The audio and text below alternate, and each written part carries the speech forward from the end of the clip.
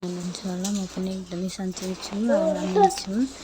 आज म तपाईँहरूलाई देखाउँदैछु कि मेरो छोरा के गर्दैछ, कस्तो गर्दैछ हेर्नुहोस् न। म भर्खरै दोकानबाट आएको थिएँ। उसलाई चाहिँ छाता ओर्न एकदमै रहर कि, त्यही भएर चाहिँ उसले छाता खोल्न पठाएर तल चाहिँ बिछाइरहेको छ। अब के गर्नु, बच्चा बच्ची भनेको यस्तै त हुन्छ नि, सबैजना भनेकै मान्दैन। अनि म चाहिँ किचनतर्फ लागेँ, के छ के छैन भनेर। यो चाहिँ हाम्रो डाइनिङ टेबल हो, खाना हामी चाहिँ त्यहीँ बसेर खान्छौँ। अनि यो चाहिँ हाम्रो किचन हो। हेर्नु न, भाँडा त्यत्तिकै प्रशस्त पारेर बसेको छ। नानीले चाहिँ खाना पकाउन आउनुभएको थियो, र केही पनि गर्नुभएको छैन, भाँडा पनि लाउनुभएको छैन, केही पनि गर्नुभएको छैन। भाँडा अहिले मैले नै लाउनु पर्ने होला। अनि के गर्नु, घरको स्थिति यस्तो छ। अनि म त्यति गर्दै अब लागेको थिएँ भित्र बुवा मम्मीको रुमतिर, तर त्यहाँ चाहिँ बत्ती छैन, मतलब बत्ती चाहिँ निभाएको थियो। त्यसैले अब त्यहाँ चाहिँ बत्ती अन गर्नुपर्ने हुन्छ। अनि त्यहाँ चाहिँ बत्ती अन गरेँ मैले। मेरो छोरालाई ग्यालरीमा गएर हेर्न एकदम मनपर्छ। तलतिर बाहिर चाहिँ पानी परेको छ, त्यही भएर चाहिँ पानी एकदमै मनपर्छ।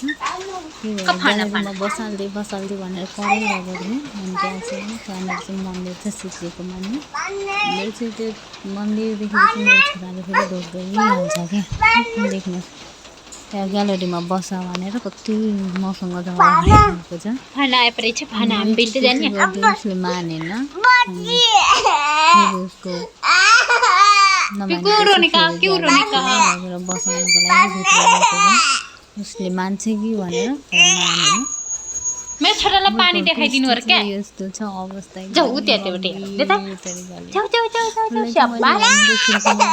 बाहिरतिर भनेको उसले चाहिँ मान्दैन, फेरि बाहिर जानु भनेर फेरि। त्यही भएर चाहिँ उसलाई चाहिँ बाहिर लगेर जाँदैछ, फेरि पनि ग्यालरीमा।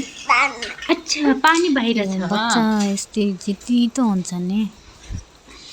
अनि ग्यालरीतिर लगेर मैले चाहिँ उसलाई बसाउन खोज्दैछु। सबैजनाहरूले देखिरहनु भएको होला। र मैले उसलाई यो ग्यालरीमा बसाइदिएँ। ऊ मजासँग त्यहाँनिर खेल्छ, पानी रहेछ, देख्नु उभिरहेको छ। बच्चा बच्चीले नि जति जिद्दी गरे पनि के गर्नु, उनको जिद्दीहरू नपुर्यायो भने झनै जिद्दी गर्नुपर्छ।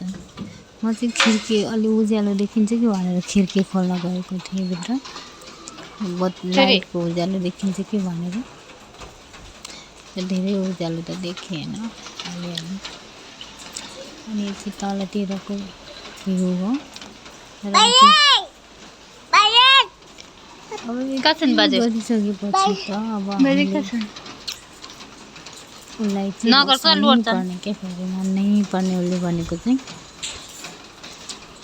मस्तसँग हेरिरहेको छ, मानि नै रहेको छैन।